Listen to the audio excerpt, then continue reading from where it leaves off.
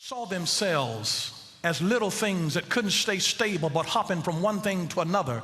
That's what they projected to their enemy. They said, we are shifting and unstable. We are poor and we are weak. So we always, when we can't make this work, we hop to something else. And we hop to something else. And if that's your identity, I don't know about you, but I looked at some people's resumes and I've seen grasshoppers. And the only reason that they've acted that way is because they haven't gotten the concept. I'm not talking about going through certain proper channels of being able to start here and work your way up, and then a better opportunity comes and you're moving in different things. There's an upward mobility in the things of God as God will lead you. The steps of a good man are ordered of the Lord. Steps are not that just takes you one foot in front of the other. Steps take you to a higher place. I mean, what are you going to be bragging that you walked off your job at that McDonald's and you went over to Burger King? Oh, wow. Ooh, really for you. Now you own fries over at Burger King. Woo. Woo, woo, You're going to do something to own the franchise. Don't just make lateral moves. Make vertical moves. Move. Don't just go from side to side. And that's what that's all grasshoppers do. They hop from one thing, but they're actually making vertical movement. It looks like that they're going here, but really that thing is to propel them. It's just like skipping. It's just skipping. It's not taking them to a higher elevation. It's just taking them laterally across the field. But you don't grow, you don't mature that way. And here's the deal. Here these children of Israel, God had said, listen, here's a good land that I've given you. But you know what they did? They saw these folks as giants and they saw themselves as grasshoppers. The reason that they didn't feel like they could do it is because they had a poor self-image. Because how you see yourself is the way that you will respond and react to everything that happens in your world. And here they were. They were little. They felt little. They saw themselves as little. You know why? Because they made the sin of comparison. Don't compete, don't compare, and don't complain. Those are the bishop's 3 C's. Don't compete, don't compare, don't complain. Don't compete, don't compare, don't complain. When you compare yourself with somebody, either you're going to have false pride or false humility. Don't compete, don't compare, and don't complain. If I competed in a competition with somebody, I am not competing against my opponent. I am competing against my own ability. I'm competing against my own potential. I'm not competing against the component. I'm competing against the best that I can do. Don't compare, don't compete, don't complain. And when they did that, you have to understand so clearly that you can win a fight if you're not the biggest. And you can win a fight and you're not the strongest. You can succeed against the odds. I see women whip men every day. I mean, a man might box them out. Some women can box men out too. But a man might be able to go upside a woman's head and beat her that way. But she'll beat him with a pen in a courtroom. The bigger they are, the harder they fall. It doesn't matter how big they are. It doesn't matter how strong they are.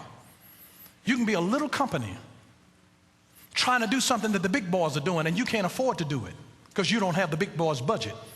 You don't have the depth of their pockets. And see, in the corporate world, if corporate America catches a cold, a small mom and pop business owner has pneumonia.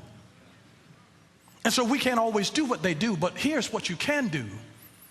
You can use the strength that God gives you that's individual to you. Your strength will never be diminished even though you're fighting against a giant. If you're going to win against a giant, it's because you come into your own strength. You play them into a place that brings you into a position where the numbers don't matter. Find your strength and the world will beat a path to your door for it. Find your strength. You have to find your strength. It's not in being able to beat them in their arena. It's being able to find the place where you do best. And that's where your greatest victory can come from. If you can't afford to get on television, you either use television or you use Telewoman. And you get a grassroots marketing plan. You start working your business because you can't do all of the television. You might not be able to do billboards, but you got a telephone. You got a computer. You might not be able to do all of the fancy things, but you do an email blast. And you tell them to pass this on to something. You'll be surprised what you have at your disposal. And sometimes if you can't fight with your hands, fight with your tongue. Fight with a pen that's in your hand. Fight with your influence. Fight with your persuasion of who you are. Fight with your looks. Whatever God gives you, use it to your advantage. You got to leverage your strengths even when you're dealing with a giant. May I tell you that at different times, years down the road, the giants who are there today won't always be there. I mean, that list constantly changes. The Fortune 500s, people are coming and going off of that list. The richest people in America, they're coming and going. Somebody's got the aisles and somebody's coming up and they're getting ready to upend somebody who's already on top. You know, the hardest thing to do is to try to stay in position number one. It's hard to get there, but it's hard to stay there too, because somebody else is hungry and their creativity is stirring. There's somebody who's confident in themselves, and they've been with God and they've got a vision and they understand who they are. They don't see themselves as a grasshopper. They see themselves as a gift from God. They see themselves as somebody who is endowed with inalienable rights that have been given, gifts that God has placed on the inside of them. And when you begin to discover who you are, you'll start eliminating the excuse of who you're dealing with. Because I tell you, just like today, Walmart is on top. But they weren't always on top. When I was growing up, it wasn't Walmart, it was Kmart. They nearly choked Kmart to death. Anybody remember Zare?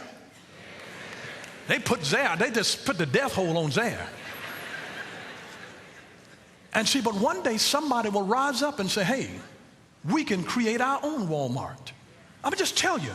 And when you start off doing that, you're going to look like a little peon. But when you have a vision on the inside of you and understand who you are, even giants will fall. David did it to Goliath. David did it to Goliath. And he did it in such a way where he didn't look at the giants. He looked at the greatness of his God. He said, who is this uncircumcised Philistine that would dare defy the armies of the Lord, the God of Israel? How dare anybody do that? And David found out what would be given to him if he were to fight a giant, even though the odds were stacked against him. Here David was, young, inexperienced, but yet he had strength. And here God was, putting something in a little boy, had him practicing on the backside of the desert with a slingshot and a rock. He'd come from a very skilled tribe. He used his skill.